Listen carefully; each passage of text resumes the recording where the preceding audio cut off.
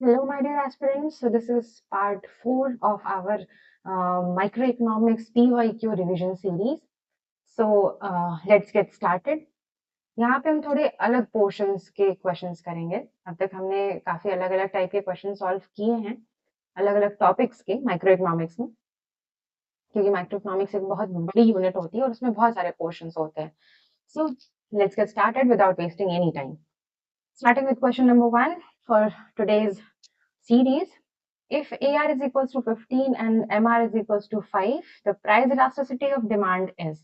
अब इसके लिए एक फॉर्मूला होता है AR elasticity is equals to AR upon AR minus MR. ठीक है जी, इलास्टिसिटी का फॉर्मूला होता है AR upon AR minus MR. तो ये करके देखते हैं, क्योंकि AR भी दे रखा है MR भी दे रखा है. 15 upon 15 minus 5, 15 upon 10, 3 by 2 and 1.5 answer. So option B will be the correct one. ठीक है.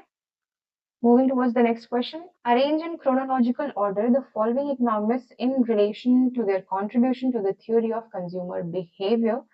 Choose the correct answer. Chronological order में हमें arrange करना है इन economists को. So नाम आपके सामने है, बट इसको chronological order में मैं डायरेक्टली लिख देती हूँ और फिर हम देखते हैं कि कौन सा वाला ऑप्शन सही होगा. ऊपर से बस नाम देख लेते हैं. देन सबसे पहले आएंगे मार्शल हमारे, है ना, क्योंकि इन्होंने 19th सेंचुरी में फाउंडेशन रखा था कंज्यूमर थ्योरी का, इसीलिए सबसे पहले यही आते हैं, है ना. ये मार्शल आते हैं, Alfred Marshall. Now J.R. Hicks, क्योंकि इन्होंने फिर ऑर्डिनल यूटिलिटी वाली थ्योरी दे दी थी. ठीक है ना, मार्शल ने कार्डिनल वाला दिया था, J.R. हिक्स ने ऑर्डिनल यूटिलिटी की थ्योरी दी थी. देन उसके बाद आर जी डी एलन, ये भी इन्हीं के साथ थे, है ना. बस इनका थोड़ा सा बाद में है. देन क्योंकि जो J.R. हिक्स है ना, वो 1930s के मिड में हम कह सकते हैं कि उन्होंने अपनी थ्योरी दी थी. एंड इन्होंने आरजीडी एलन ने उस पर काम किया था, फर्दर काम किया था ordinal theory, ordinal utility theory पे. तो इसलिए हम हिक्स को पहले रखते हैं और एलन को बाद में रखते हैं. Then Samuelson, yes Samuelson, Samuelson आते हैं फिर उसके बाद. और फिर उसके बाद आएंगे आपके आर स्टोन ना, आर स्टोन. ठीक है जी. आपके सैमुअलसन ने ना फॉर्मलाइज की थी यूटिलिटी थ्योरी को. सब यूटिलिटी थ्योरी से ही रिलेटेड है, जितने इकोनॉमिस्ट यहाँ पे आपको दिख रहे हैं सब यूटिलिटी थ्योरी से ही रिलेटेड है. सैमुअलसन ने किया क्या था ना, उन्होंने फॉर्मलाइज कर दिया था यूटिलिटी थ्योरी को. ही फॉर्मलाइज द यूटिलिटी थ्योरी, और इन्होंने ना 1940s में ये काम किया था. ठीक है, ये लोग 19 ये अर्ली 18th सेंचुरी वाले हैं, ये 19th sorry early 19th century वाले हैं. देन ये 1930s के हैं दोनों लोग. देन ये 1940s and he is of 1950s. ठीक है जी, इस वजह से इनको हमने लास्ट में रखा है. और इन्होंने ना यूटिलिटी थ्योरी में ही, सॉरी कंज्यूमर थ्योरी में इन्होंने वर्क किया था नेशनल अकाउंट्स पे, जो कि कंज्यूमर एक्सपेंडिचर बताता है. ठीक है. तो ऐसे हमारा सीरीज हो जाएगा, ये क्रोनोलॉजिकली देख लेते हैं. Marshall, Hicks, Allen, Samuelson, Armstrong, ये हमारा option D will be the correct one. Then next question, इसमें भी क्रोनोलॉजिकल ऑर्डर में करना है हमें, और यहाँ पे थियरीज है जिन्हें क्रोनोलॉजिकल ऑर्डर में हमें अरेंज करना है. सो सबसे पहले तो हमारी कार्डिनल थियरी आएगी, लेकिन कार्डिनल थियरी दो ऑप्शंस में पहले दिख रही है ना. कार्डिनल के बाद आई थी ऑर्डिनल. ठीक है, ऑर्डिनल के बाद आई थी रिवील्ड, और रिवील्ड के बाद आई थी लीनियर एक्सपेंडिचर थ्योरी, जो कि आर स्टोन, रिचर्ड स्टोन ने दिया था. ठीक है, जिनका नाम अभी हमने पढ़ा. So option B will be the correct one. काफी इजी टाइप के क्वेश्चंस हैं, और क्योंकि ये पहले के क्वेश्चंस नहीं, दिसंबर 2019 का आपको दिख रहा होगा, ये उस टाइम का क्वेश्चन है. सो assertion reason question, yes. For certain goods the expenditure of consumer decreases. कुछ गुड्स के लिए जो कंज्यूमर का एक्सपेंडिचर है वो डिक्रीज कर रहा है. Reason for such good the income elasticity of demand is high. जी नहीं, हाई नहीं होगा, ये नेगेटिव होगा. ठीक है. अगर देखो बोला क्या है ना असर्शन में, कि कोई कमोडिटी है, ठीक है, फॉर एग्जाम्पल कमोडिटी एक्स है, इस पे जो एक्सपेंसेस हो रहे हैं ना, वो एक्सपेंसेस जो है वो डिक्लाइन कर रहे हैं, रिड्यूस हो रहे हैं, डिक्रीज कर रहे हैं। ठीक है, अगर इस पे होने वाला एक्सपेंडिचर अगर डिक्रीज कर जा रहा है, तो income elasticity of demand, income elasticity यानी कि इनकम जो है हमारी वो इंक्रीज कर रही है, तो किसी भी चीज का एक्सपेंस जो है वो घट जा रहा है। ये चीजें क्या शो कर रही हैं? ये हाई इलास्टिसिटी शो कर रही हैं? बिल्कुल नहीं, ये नेगेटिव इलास्टिसिटी शो कर रही हैं। ठीक है ना, क्योंकि ऑपोजिट इम्पैक्ट हो रहा है। इनकम इंक्रीज हो रहा है तो एक्सपेंसेस भी तो इंक्रीज होने चाहिए ना कमोडिटी पे।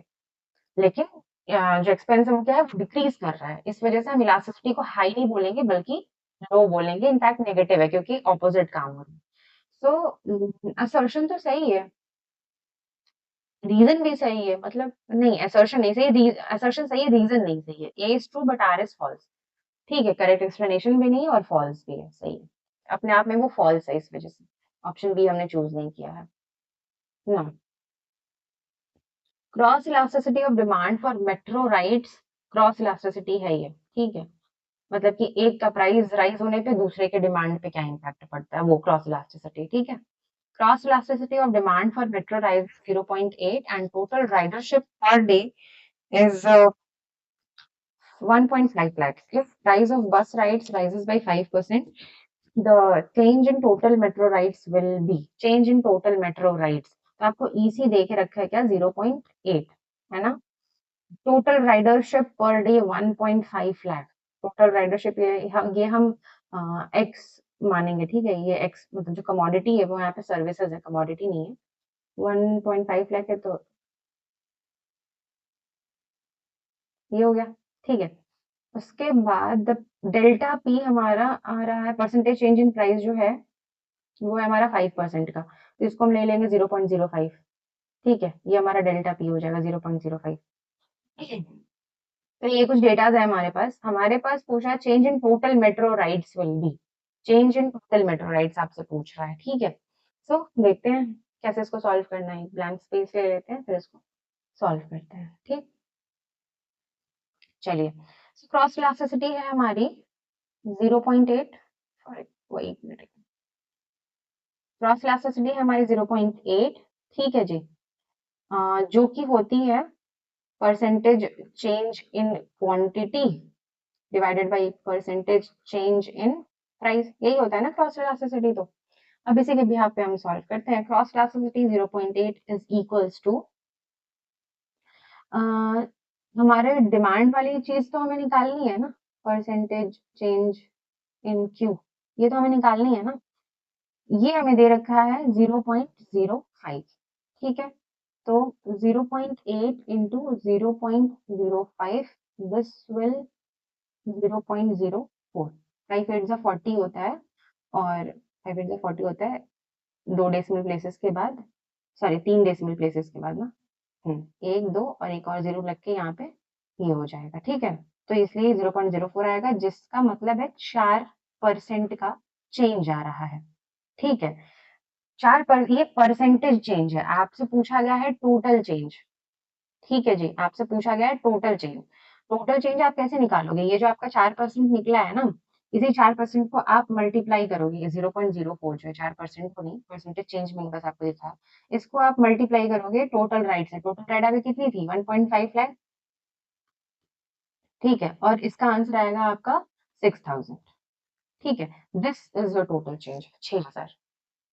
आंसर देख लेते हैं, जस्ट 6000, या ऑप्शन नंबर सी, ठीक है। This is our correct answer. No, moving towards next question. Question skip हो गया क्या? Moving towards the next question.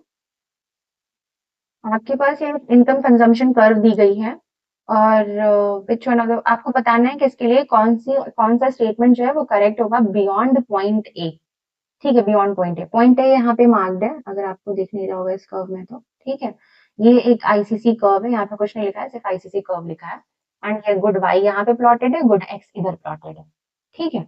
अब यहाँ पे आपको स्टेटमेंट देखे समझ में आ रहा होगा, आपको यहाँ पे पता करना है कि कौन दोनों कमोडिटी में से, एक्स और वाई दोनों गुड में से कौन सा गुड एक नॉर्मल गुड है, कौन सा गुड एक इंफीरियर गुड है, ठीक है।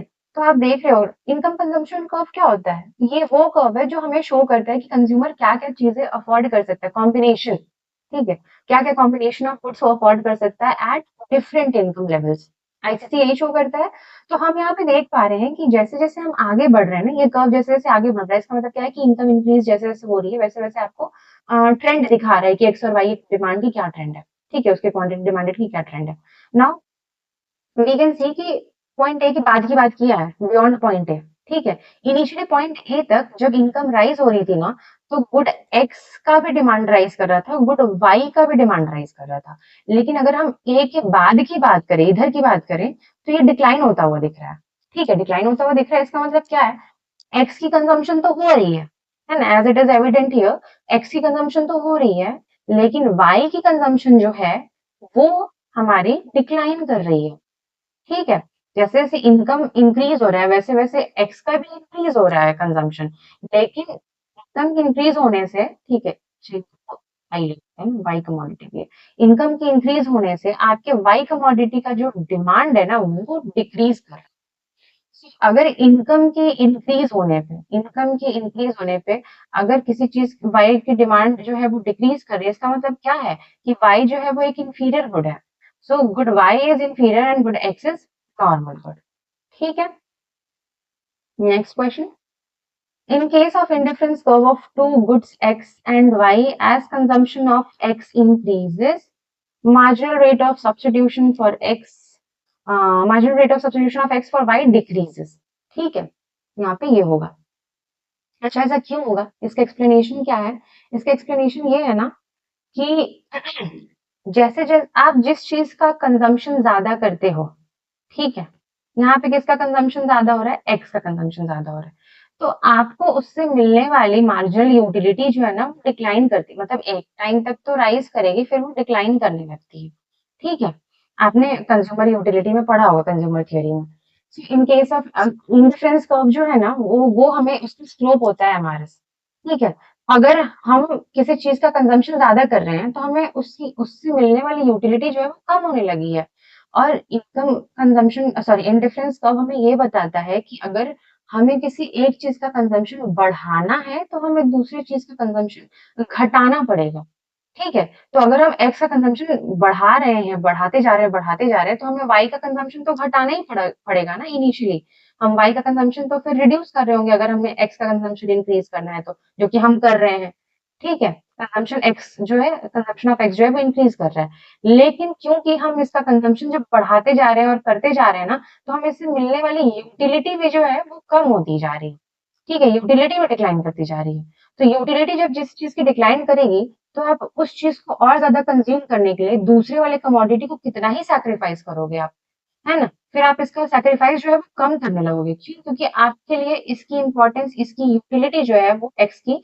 वो कम होने लगेगी। आप कहोगे कि पहले फॉर एग्जांपल आप एक यूनिट एक्स कंज्यूम करने के लिए फॉर एग्जांपल लेट से आप 5 यूनिट वाई को सैक्रिफाइस कर देते थे, लेकिन क्योंकि आपको एक्स से मिलने वाली यूटिलिटी डिक्लाइन होती जाएगी, डिक्रीज होती जाएगी, अगर आप उसकी कंजम्पशन आप इंक्रीज करोगे तो अब क्या करोगे ना आप कहोगे कि नहीं यार हम 1 यूनिट ऑफ एक्स को कंज्यूम करने के लिए ना अब 5 यूनिट ऑफ वाई नहीं सैक्रिफाइस करेंगे, अब क्या करते हैं ना हम 3 यूनिट ऑफ वाई सैक्रिफाइस करते हैं, ठीक है, फिर उसके बाद 2 यूनिट ऑफ वाई सैक्रिफाइस करेंगे, ऐसे होता जाता है, ठीक है, इस वजह से एमआरएस जो है वो डिक्रीज करेगा, ठीक है।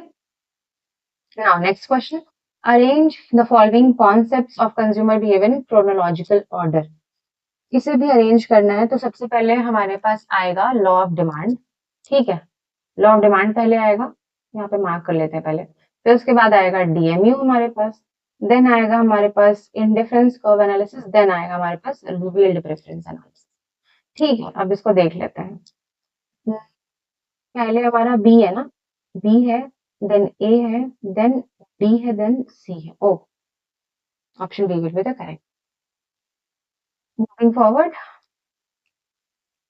suppose a profit maximizing monopolist ना key term यहाँ is producing 800 units of output and is charging a price of rupees 40 per unit if the elasticity of demand for the product is -2, marginal cost of the last unit produced is, अब यहाँ पे दो चीजें आपको ध्यान देनी है, monopolist है और प्रॉफिट मैक्सिमाइजिंग है, ठीक है, तो किसी भी प्रॉफिट मैक्सिमाइजिंग वाले मोनोपोलिस्ट के लिए MR will be equal to MC, marginal revenue is equal to marginal cost, है ना?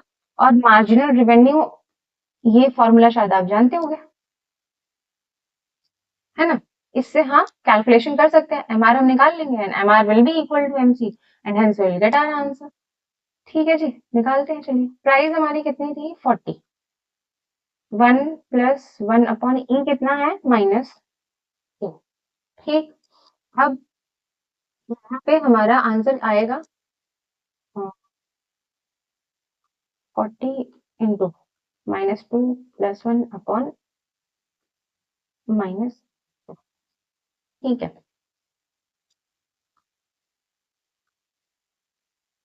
ठीक, 40 मल्टीप्लीकेशन में आएगा, कितना आया? 20। ठीक है, हमारा MR कितना आया? 20 and this is equal to MC। MC is equal to 20। So marginal cost ही हमसे पूछा था ना, ऑप्शन नंबर डी। ठीक है,